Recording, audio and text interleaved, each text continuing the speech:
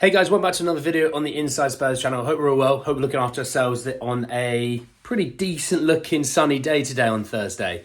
So I've been away a little while, not been feeling too well, been a bit busy with things. Apologies on that front. I know, that the last video was kind of a bit of a mad one. A lot of things came through from there. A lot of things have changed since then. So quick little update on that. Arne Slot signed a new contract to Feyenoord. He's staying there. That's the big thing about that one, all right? Because this video is about what looks to be the guy. We'll talk about, what I think about the new potential manager. We've got also some updates about a technical director. We've got some updates about some player moves as well. Players coming in, players staying, that sort of thing, okay? So let me jump in with the main topic of the video, okay?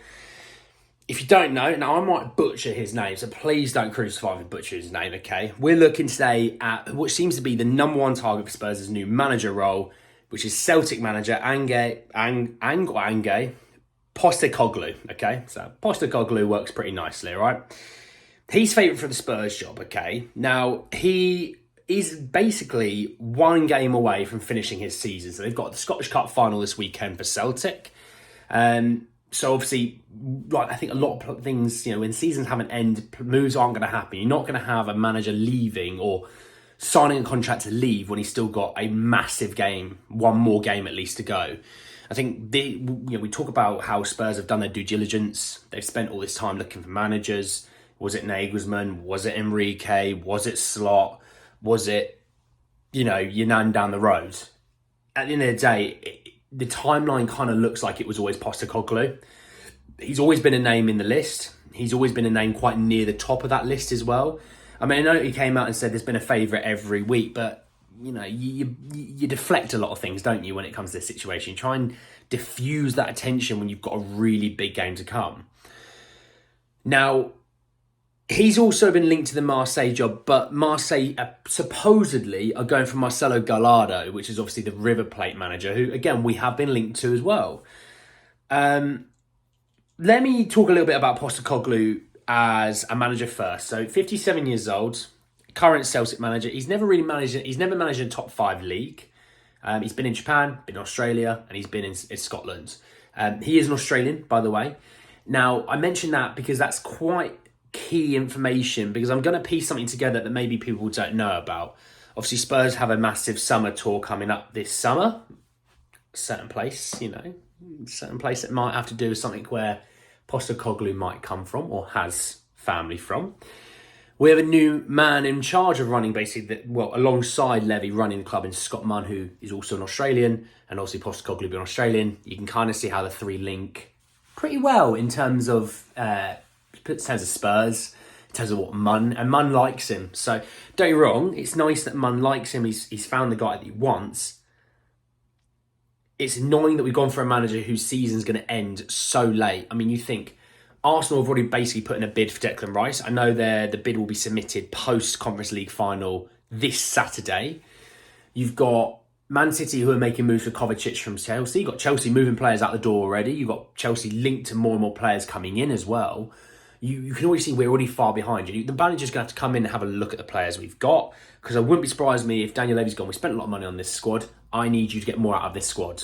We might give you a little bit of money, but it won't be as much as you think because we're not in Europe. And that's the kind of worrying thing, where we're supposedly ninth richest club in the world, valued at 2.7 billion or something. Why is it that we can't spend any real money this summer potentially? And I've got a worrying feeling that's the case, and they'll go, well, we're not in Europe. We're not in Europe, so we can't spend the money. There's money. There's always been money to spend for a long time. And they use Christian Romero having signed a permanent contract against that chance window budget. They use Dejan Kulusevski's same situation this summer. So which is farcical, absolutely farcical. Money should be put aside for those deals. It should not impact the original transfer budget. If our transfer budget is 150 million, it should be 150 million plus that deal. So for Kulusevski, I think it's about 26 million pounds or thereabouts. It should be 150 million plus 26. That allows us to still have a very fruitful transfer window. This guy's been in the club for 2 odd years or a year and a half, or whatever it is, We shouldn't be putting the two together. Postecoglou He's a very passionate person. You can kind of tell when you watch him. Like you will see those sideline videos on Twitter. He is effing and blinding at his players. He's absolutely berating them for not passing forwards as well, by the way, which I find quite interesting when you watch Højbjerg, Skip, players like Winks, players that just don't pass forward. They just refuse to pass forward. And if they do, they overhit the ball by an absolute mile. The only one that passes forward is Bentancur. So he's got a lot of work to do on there because we've got midfielders who are too scared to pass the ball. They like their passing accuracy to be in the 90s or high 80s because it allows them to look good on data stats. Hey, that midfield is great passer of the football. Yeah, anyone could be a good passer of football if you're moving it 5 yards to the side. It's not really that difficult. The reason why you become a top midfielder is when you can play a difficult ball into the strikers. We should be looking to fire it into Kane, Son, and the right winger, Kulusevski, Richarlison, Moura this season, Brian Hill, whoever it is. We should be looking to get the ball into them because they're the creative players in the formation that we have. The two midfielders haven't been creative enough. Now, Bentancur's not creative, but he gets forwards. He does pass the ball forwards, So there's that. Will Postecoglou be a good signing? Potentially. He does look like he's a manager that plays a 4-back. Can we play a 4-back? At the moment, no. We don't have the players whatsoever for that. So we'll have to wait and see on that. Just want to touch really, really quickly on the technical director situation about who we're linked with, because there's a lot of links coming out left, right and centre. And I know technical directors get done for certain fraudulent activities. We already know that way too well that we had a guy for that. There are more coming around. And I try not to look too heavily into that at the moment because I do think Daniel Levy's going to appoint the guy that he wants. It's not going to be anything to do with that technical director. The technical director is going to come in and work with the manager because they've picked the manager. They'll pick the technical director. It's not the manager has a say or, someone else has a say. It'll be Daniel Levy and Scott Munn that will have the say about who the tandem will be to work together. So Christian Falk, if you don't know, is probably the most reputable source in German football, okay? Massive name. Works for Bild, okay, if you don't know, Bild. If you see that, you'll know what I mean. And basically, it came from within Bild. There's another story that comes from Christian Falk, but within Bild that said Spurs have inquired into more technical directors, including Marco Nepe from Bayern Munich. And it's only just a loose inquiry. It's not a big one where they're going, we want you, X, Y, and Z. It's just, would you be interested in having a conversation? That kind of vibe, right? They're going through a bit of turmoil, obviously, because they've had two directors being kicked out about 5 minutes after winning the title on Saturday, which, by the way, was mad last weekend in German football. I mean, Dortmund really did bottle it. I can't lie. I love Dortmund, but they bottled it. It was absolutely horrific to see. But Bayern Munich won the title. They're obviously turmoil with the Nagelsmann situation. They're turmoil under Tuchel, who didn't really set the world alight being there. And Oliver Kahn and I can't remember the other fella's name. They've been kicked out of the club, which I think I didn't see coming. Let's just say that, right? Now, coming from Christian Falk and Bayern, this is a bit of good news about a player. In regards to this story staying, Harry Kane has supposedly said no to Bayern Munich, which I think we all kind of saw coming, to be honest. I know Oliver Kahn was every week trying to basically tap him up to come to Bayern Munich. Maybe Choupo-Moting wasn't the thing for him. Maybe Sadio Mane didn't. I mean, Sadio Mane didn't hit the world set the world alight this season. He did set Leroy Sané's face alight with a punch after Man City, but that's neither here nor there. Benzema's situation at the moment, where Benzema looks like he's off to Saudi Arabia, is Kane the guy that's going to replace him at Real Madrid? I think if Kane was to go abroad, I would see it being Real Madrid. But I also know Real Madrid are really interested in Richarlison. And for me, they'll probably look at Kane and go, can we get Kane? Daniel Levy, what do you want? And if they go, look, you can have him, but it's going to cost 100 odd million, they probably will go, no. How much do you want for Richarlison? We'll go, 60. And they'll go, better, because then we'll buy someone else back Richarlison up with the money that would have costed for Kane. And which for me, I love Richie. I do. I absolutely do. I think he's a baller. But if we can get 60 million and we can take 60 million and build within that money, maybe a little bit on top, go and get two really good players, which I'm going to come to in a mix. There has been news stories about these two players because they're linked with quite a few teams in the Prem. It would make sense, in my opinion. Speaking about a player in a swap deal potentially leaving for a player to come in, okay, so Giovanni Lo Celso has been on loan at Villarreal really for the last 18 months, okay? I know he came back for a hot minute in the summer, but it's really been 18 months. He's been pretty decent there, to be honest. He played at the World Cup, was decent there as well. We've been offered by supposedly Villarreal. Look, we want Lo Celso, okay? We'll give you a little bit of money there, but we also want to sell. We also want to put in the deal Samuel Chukwueze. Now, I may have butchered that name, but when you look at the spelling of it, you might see why. Pacey winger, something I think we don't really have. Then again, we had probably Dan Juma's quite a pacey winger, more as a pacey winger, but didn't work out. Obviously, Dan Juma's not going to be signed this summer. He's going back to Villarreal with the idea that he's going to be then moved on again from Villarreal to either potentially Premier League, but Ligue 1 or Germany.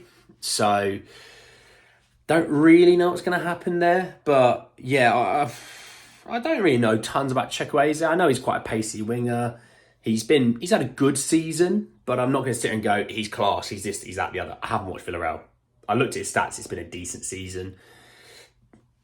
Maybe if that news story comes, that's obviously from Spanish reports, if that comes to some sort of fruition or picks up a bit of momentum, maybe I might do a deep dive into Chukwueze, but I'm not going to spend too much time on him today. I can't lie, guys. All right. The last thing that I want to tie in with the Richarlison situation, so I was just talking about Real Madrid. Now, Ancelotti's talked about Kane and Richarlison. That's why I mentioned both.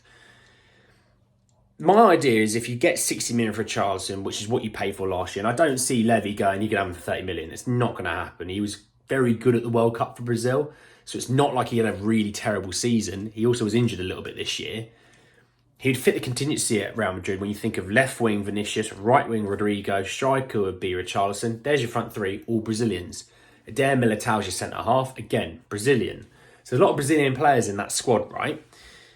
The reason why I say if we were to get 60 million or within that ballpark, we should look to take that because we are obviously linked with Harvey Barnes and James Maddison from Leicester, who in total cost about £80 million. Call it 40 each, call it 50 for Maddison, 30 for Harvey Barnes, which I think is more like, if I'm honest. I would do that deal personally. Maddison's numbers over the last couple of years for a team that was 8th, obviously, the year previous, not the one that's just been, obviously, they've been relegated this year. He has single-handedly been their main player, right?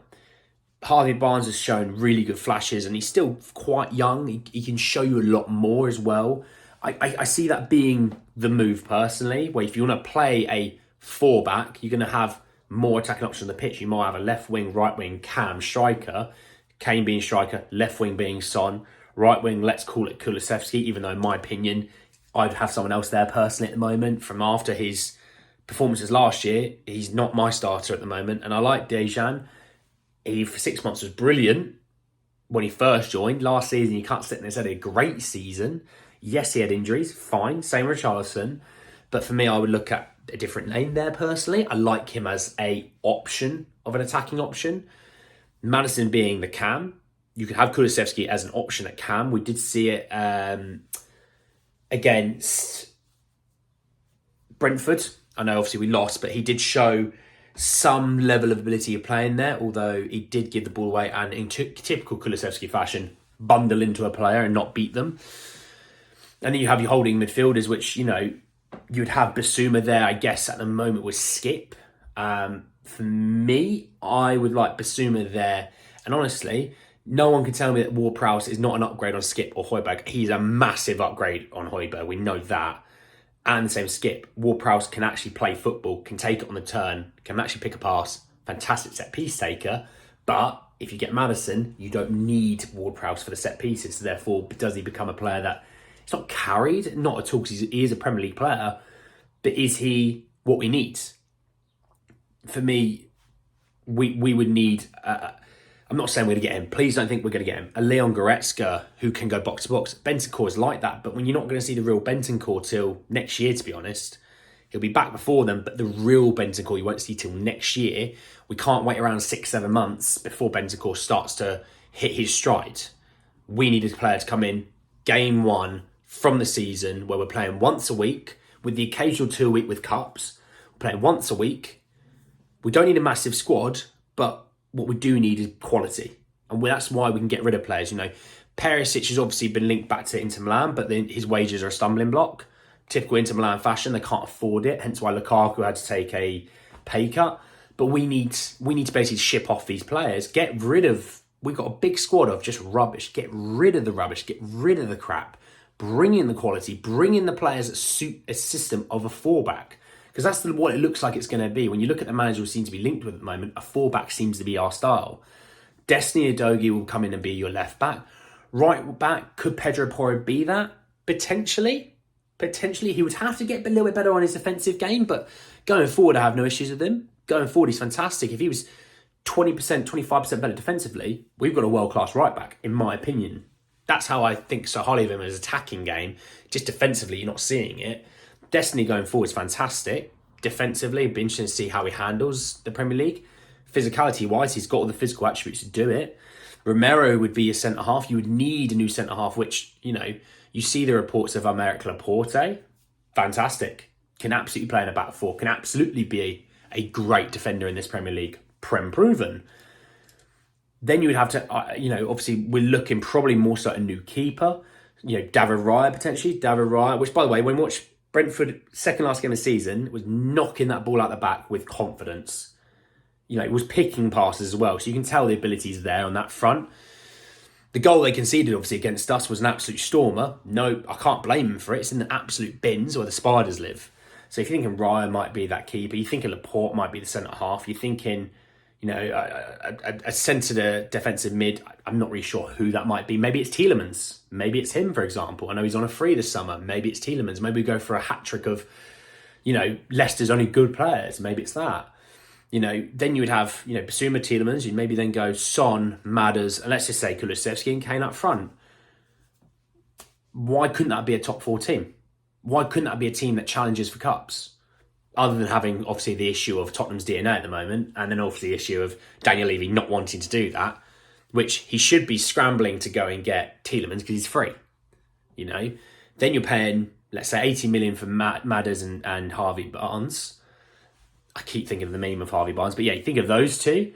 You're going to go and need to go and get a centre-half for Laporte. So Laporte's probably going to cost you 50-odd mil. That's 130 mil. It's nothing outrageous.